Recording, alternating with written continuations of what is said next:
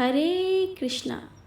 आप सभी को इंदिरा एकादशी व्रत की बहुत बहुत शुभकामनाएं।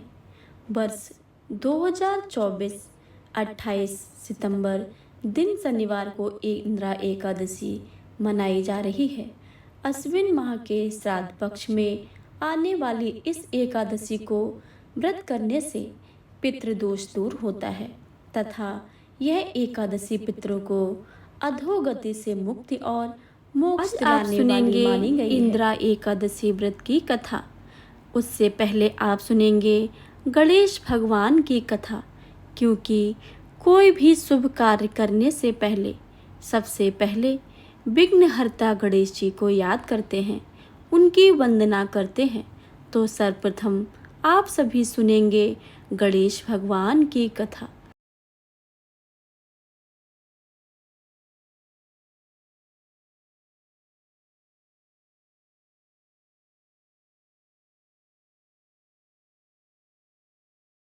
पश्चात आप सुनेंगे इंदिरा एकादशी व्रत की कथा। तो आप सभी से अनुरोध है कि कथा को पूरा अवश्य सुने, कथा को अधूरा न छोड़े तथा कमेंट बॉक्स में भगवान विष्णु की जय, माता लक्ष्मी की जय लिखना बिल्कुल भी मत भूलिएगा। आइए सुनते हैं सर्वप्रथम विघ्नहर्ता गणेश भगवान की कथा। प्रेम से बोलिए गणेश भगवान की जय, भगवान विष्णु की जय, माता लक्ष्मी की जय, सभी देवी देवताओं की जय, एकादशी मैया की जय। एक बुढ़िया थी, वह बहुत ही गरीब और अंधी थी। उसका एक बेटा और बहू थे। वह बुढ़िया सदैव गणेश जी की पूजा किया करती थी। एक दिन गणेश जी प्रकट होकर उस बुढ़िया से बोले, बुढ़िया माँ, तू जो चाहे सो मांग ले। बुढ़िया बोली, मुझसे तो मांगना नहीं आता है, कैसे और क्या मांगूं? तब गणेश जी बोले, अपनी बहू बेटे से पूछकर मांग ले। तब बुढ़िया ने अपने बेटे से कहा, गणेश जी कहते हैं कि तू कुछ मांग ले, बता मैं क्या मांगूं? पुत्र ने कहा, माँ तू धन मांग ले। बहू से पूछा तो बहू ने कहा, नाती मांग ले। तब बुढ़िया ने सोचा, ये तो अपने अपने मतलब की बात कह रहे हैं। अतः उस बुढ़िया ने पड़ोसियों से पूछा तो उन्होंने कहा, बुढ़िया तू तो थोड़े दिन जिएगी, क्यों तू धन मांगे, क्यों नाती मांगे? तू अपनी आँखों की रोशनी मांग ले, जिससे तेरी जिंदगी आराम से कट जाए। इस पर बुढ़िया बोली, यदि आप प्रसन्न हैं तो मुझे 9 करोड़ की माया दे, निरोगी काया दे, अमर सुहाग दे, आँखों की रोशनी दे, नाती दे, पोते दे और सब परिवार को सुख दे और अंत में मोक्ष दे। यह सुनकर तब गणेश जी बोले, बुढ़िया माँ, तूने तो हमें ठग लिया है। फिर भी जो तूने मांगा है वचन के अनुसार सब तुझे मिलेगा। और यह कहकर गणेश जी अंतर्ध्यान हो गए। उधर बुढ़िया माँ ने जो कुछ मांगा था वह सब कुछ मिल गया। हे गणेश जी महाराज, जैसे तुमने उस बुढ़िया माँ को सब कुछ दिया है, वैसे ही आप सबको सब कुछ देना। आपकी जो कथा सुने तथा पढ़े या हुंकारा करे, उसके सब दुख को दूर करना। प्रेम से बोलिए गणेश भगवान की जय। अब आप सभी सुनेंगे इंदिरा एकादशी व्रत की कथा। तो बोलिए भगवान विष्णु की जय, माता लक्ष्मी की जय। भगवान श्री कृष्ण की भक्ति में भाव विह्वल होकर अर्जुन ने कहा, हे प्रभु, आप कृपा करके अश्विन माह के कृष्ण पक्ष की एकादशी की कथा को सुनाइए। इस एकादशी का क्या नाम है तथा इसका व्रत करने से कौन से फल की प्राप्ति होती है? कृपया करके ध्यान पूर्वक मुझसे आप कहे। भगवान श्री कृष्ण ने अर्जुन से कहा, हे धनुर्धर, अश्विन माह के कृष्ण पक्ष की एकादशी का नाम इंदिरा एकादशी है। इस एकादशी का व्रत करने से सभी पाप नष्ट हो जाते हैं, नरक में गए हुए पितरों का उद्धार हो जाता है। हे अर्जुन, इस एकादशी कथा का श्रवण मात्र से ही मनुष्य को अनंत फलों की प्राप्ति होती है। मैं यह कथा आपको सुनाता हूँ, तुम ध्यानपूर्वक श्रवण करो। सतयुग में महेशमती नामक एक नगरी में इंद्रसेन नामक एक प्रतापी राजा राज्य करता था। वह पुत्र पौत्र धन धान्य आदि से परिपूर्ण था। उसके शत्रु सदैव उससे भयभीत रहते थे। एक दिन राजा अपनी राज्यसभा में सुखपूर्वक बैठा था कि महर्षि नारद जी आए। नारद जी को देखकर राजा आसन से उठे, प्रणाम करके उन्हें आदर के सहित आसन दिया। तब महर्षि नारद जी ने कहा, हे राजन, आपके राज्य में सब कुशलता से तो है। मैं आपकी धर्मपरायणता देखकर अत्यंत प्रसन्न हूँ। राजा ने कहा, हे देवर्षि नारद, आपकी कृपा से मेरे राज्य में सब कुशलता पूर्वक है तथा आपकी कृपा से मेरे सभी यज्ञ कर्म आदि सफल हो गए हैं। हे महर्षि, अब आप कृपा करके यह बताइए कि आपका यहाँ आगमन किस प्रयोजन से हुआ है। मैं आपकी सेवा किस प्रकार करूं? महर्षि नारद जी ने कहा, हे नरोत्तम, मुझे एक महान विस्मय हो रहा है कि एक बार जब मैं ब्रह्मलोक से यमलोक को गया था, तब मैंने यमराज की सभा में तुम्हारे पिता को बैठे देखा। तुम्हारे पिता महान ज्ञानी, दानी तथा धर्मात्मा थे, मगर एकादशी के व्रत के बिगड़ जाने से वह यमलोक को गए हैं। तुम्हारे पिता ने तुम्हारे लिए एक संदेश भेजा है। राजा ने उत्सुकता से पूछा, क्या संदेश है? महर्षि, कृपया करके यथाशीघ्र कहें। राजन, तुम्हारे पिता ने कहा है, महर्षि, आप मेरे पुत्र इंद्रसेन, जो कि महेशमती नगरी के राजा हैं, पास जाकर एक संदेश देने की कृपा करें कि मेरे किसी पूर्व जन्म के बुरे कर्म के कारण मुझे यमलोक मिला है। यदि मेरा पुत्र अश्विन माह के कृष्ण पक्ष की इंद्रा एकादशी का व्रत करे और उस व्रत के फल को मुझे दे, तो मेरी मुक्ति हो जाए, मैं इस लोक से छूटकर स्वर्गलोक में वास करूं। इंद्रसेन को अपने पिता के यमलोक में पड़े होने की बात सुनकर महान दुख हुआ और उसने नारद जी से कहा, हे नारद जी, यह तो बड़े दुख का समाचार है। मेरे पिता यमलोक में हैं, मैं उनकी मुक्ति का कोई उपाय अवश्य ही करूँगा। क्या आप मुझे इंद्रा एकादशी व्रत का विधान बताने की कृपा करेंगे? नारद जी ने कहा, हे राजन, अश्विन माह के कृष्ण पक्ष की दशमी के दिन प्रातःकाल श्रद्धा पूर्वक स्नान करना चाहिए। इसके पश्चात दोपहर को भी स्नान करके उस समय जल के में निकलकर श्रद्धा पूर्वक पितरों को श्राद्ध करें और उस दिन एक समय भोजन करें और रात्रि को पृथ्वी पर शयन करें। इसके दूसरे दिन अर्थात एकादशी के दिन नित्य कर्मों से निवृत्त होकर स्नान आदि के उपरांत भक्ति पूर्वक व्रत को धारण करें और इस प्रकार संकल्प करें, मैं आज निराहार रहूँगा और सभी भोगों को त्याग कर दूंगा। उसके उपरांत अगले दिन भोजन करूंगा। हे ईश्वर, आप मेरी रक्षा करने वाले हैं, आप मेरे उपवास को संपूर्ण कीजिए। इस प्रकार आचरण करके दोपहर को शालिग्राम जी की प्रतिमा को स्थापित करें और ब्राह्मण को बुलाकर भोजन कराएं तथा दक्षिणा दें। भोजन का हिस्सा गाय को अवश्य दें और भगवान विष्णु को धूप, दीप, नैवेद्य आदि से पूजन करें तथा रात्रि को जागरण करें। तदुपरांत द्वादशी के दिन मौन रहकर बंधु बांधवों सहित भोजन करें। हे राजन, यह इंद्रा एकादशी व्रत की विधि है। यदि तुम आलस्य त्याग कर इस एकादशी का व्रत करोगे तो तुम्हारे पिता अवश्य ही स्वर्ग के अधिकारी बन जाएंगे। नारद जी राजा को सब विधान समझाकर अलोप हो गए। राजा ने इंद्रा एकादशी के आने पर उसका विधि विधान पूर्वक व्रत किया। बंधु बांधवों के सहित इस व्रत के करने से आकाश से पुष्पों की वर्षा हुई और राजा के पिता यमलोक से रथ पर चढ़कर स्वर्ग को चले गए। इस एकादशी के प्रभाव से राजा इंद्रसेन भी इस लोक से सुख भोग कर अंत में स्वर्ग लोक को प्राप्त हुए। भगवान श्री कृष्ण ने कहा, हे सखा, यह मैंने तुम्हारे लिए इंदिरा एकादशी के महत्व का वर्णन किया है।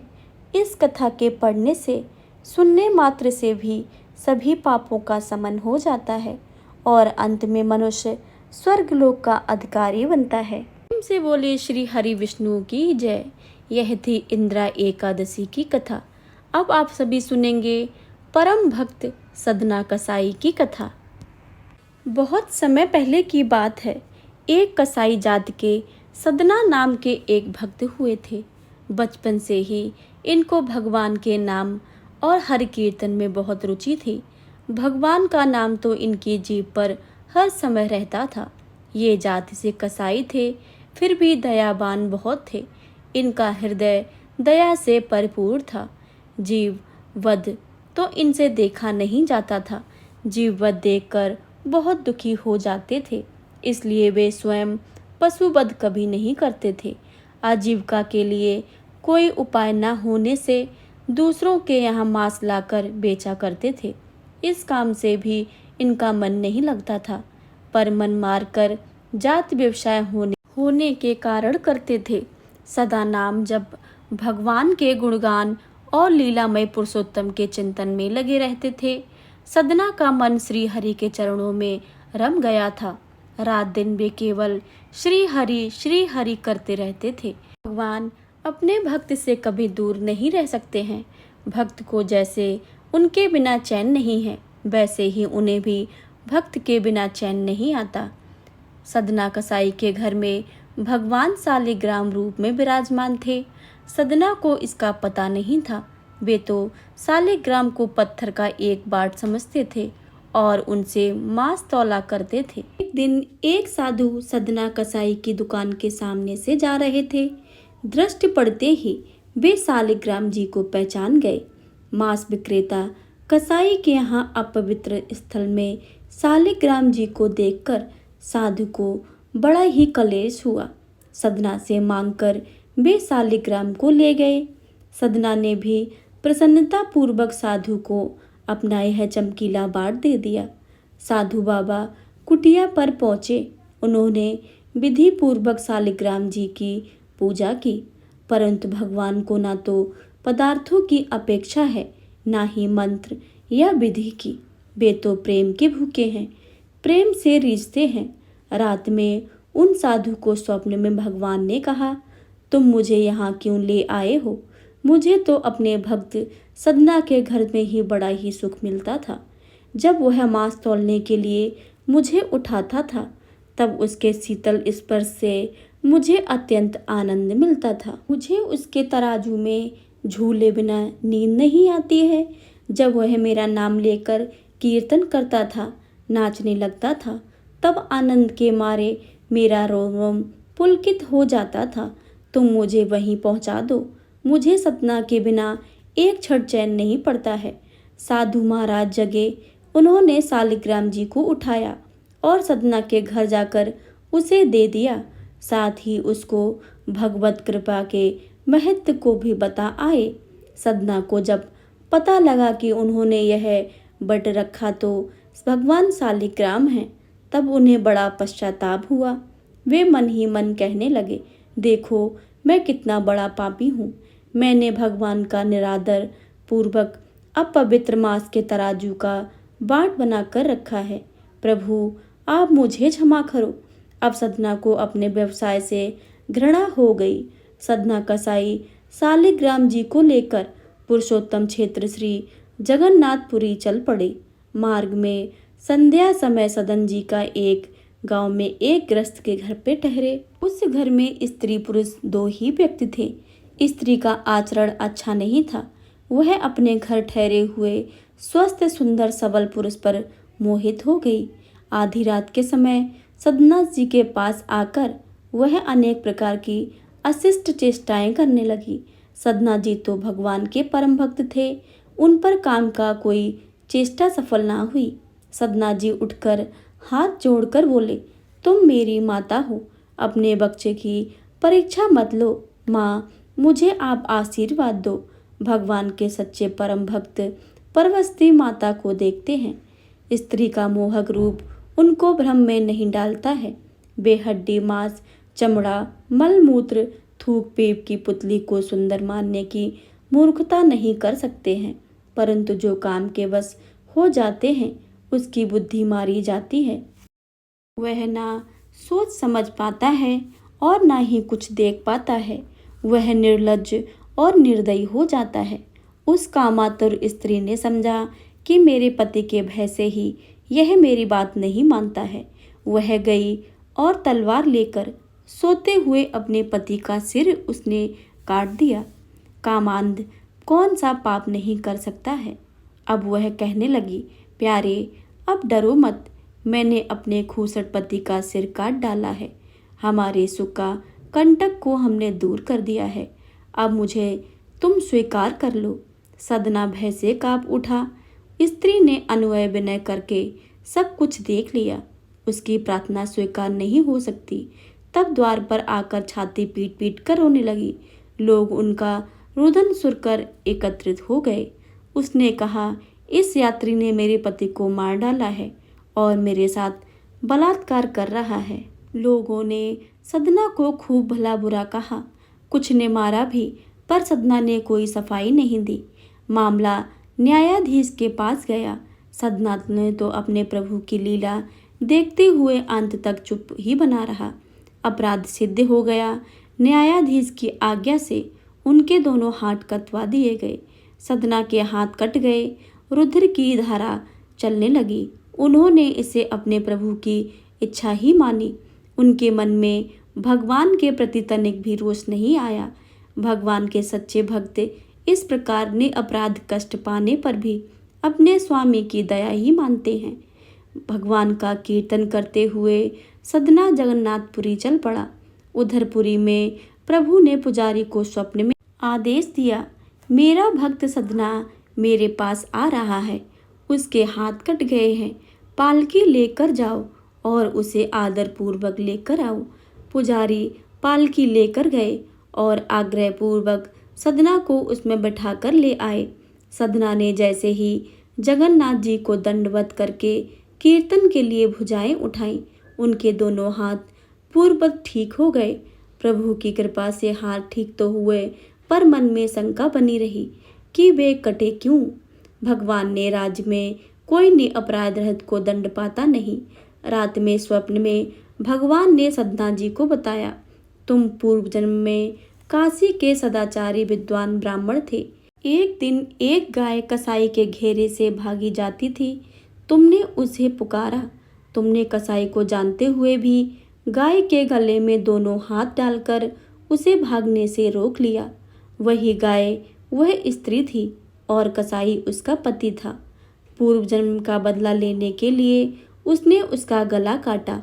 तुमने भयातुर गाय को दोनों हाथों से पकड़कर कसाई को सौंपा था। इस पाप से तुम्हारे हाथ काटे गए। इस दंड से तुम्हारे पाप का नाश हो गया है। सदना ने भगवान की असीम कृपा पाई। हे भगवत प्रेम में बेहल हो गए। बहुत काल तक नाम कीर्तन, गुणगान तथा भगवान के ध्यान में तल्लीन रहते हुए समय व्यतीत किया और अंत में श्री जगन्नाथ जी के चरणों में देह त्याग कर वे परम धाम को पधार गए। प्रेम से बोलिए भगवान शालिग्राम की जय, भगवान जगन्नाथ जी की जय।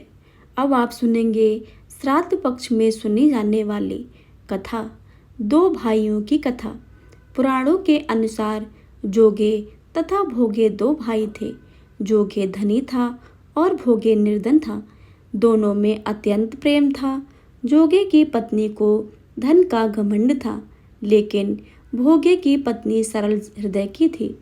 पितृपक्ष आने पर जोगे की पत्नी ने उसे पितरों को श्राद्ध करने के लिए कहा, तो जोगे इसे बेकार का काम समझकर टालने लगा। लेकिन उसकी पत्नी जानती थी कि यदि ऐसा नहीं किया तो लोग बातें बनाएंगे। साथ ही उसे अपने मायके वालों को दावत पर बुलाना था और अपनी अमीरी दिखाने का यह सही अवसर लगा। अंत में वो बोली, आप मेरे परेशानी की वजह से कह रहे हैं तो मैं सहायता के लिए भोगे की पत्नी को बुला लूंगी। दोनों मिलकर सारा काम कर लेंगी। फिर उसने जोगे को अपने मायके न्योता देने के लिए भेजा और दूसरे दिन उसके बुलाने पर सुबह सवेरे ही भोगे की पत्नी आकर काम में लग गई। उसने भोजन तैयार किया, अनेक तरह के पकवान बनाए, फिर सारा काम खत्म करके अपने घर आ गई। उसे भी अपने घर पर पितरों का श्राद्ध तर्पण करना था। इस मौके पर जोगे की पत्नी ने उसे रोका नहीं और ना वही रुकी। दोपहर के समय पितर भूमि पर उतरे। जोगे भोगे के पितर पहले जोगे के यहाँ गए तो उन्होंने देखा कि उसके ससुराल वाले पहले से ही भोजन कर जुटे हुए हैं। आखिर में वो भोगे के घर गए जहाँ पितरों के नाम पर अग्यारी दी जा रही थी।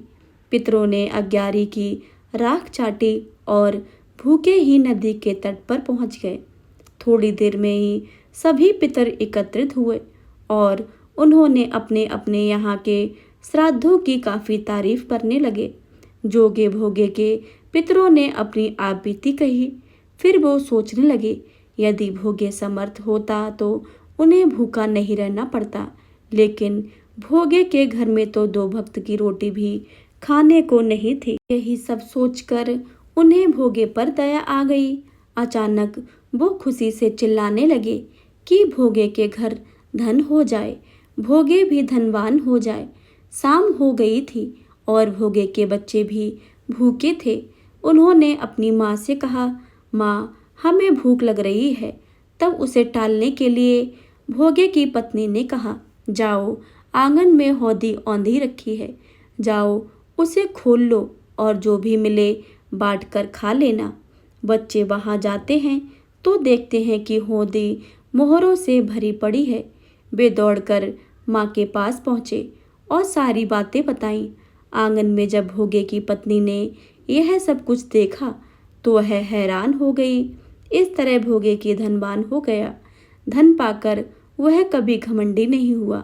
अगले साल पितृपक्ष आया। भोगे की पत्नी ने श्राद्ध के लिए 56 प्रकार के भोग बनाए। ब्राह्मणों को अपने घर बुलाकर श्राद्ध किया, भोजन कराया और दक्षिणा दी। सोने चांदी के बर्तन में जेठ जेठानी को भोजन कराया। इससे पितर बहुत ही प्रसन्न हुए और तृप्त होकर मुक्ति को प्राप्त हुए। थी पितृपक्ष एकादशी को सुनी जाने वाली कथा। आशा करती हूँ यह आपको कथाएं अच्छी लगी हों। अगर वीडियो अच्छी लगे तो वीडियो को लाइक करें, शेयर करें, कमेंट बॉक्स में भगवान विष्णु की जय लिखना बिल्कुल भी मत भूलिएगा। चैनल पर नए आए हैं तो चैनल को सब्सक्राइब करके बेल आइकन को दबा लें ताकि आने वाली सभी वीडियो की जानकारी आपके पास पहुँचे। मिलते हैं अगली वीडियो में, तब तक के लिए जय श्री राधे कृष्णा। सुखी रहे, स्वस्थ रहे, धन्यवाद।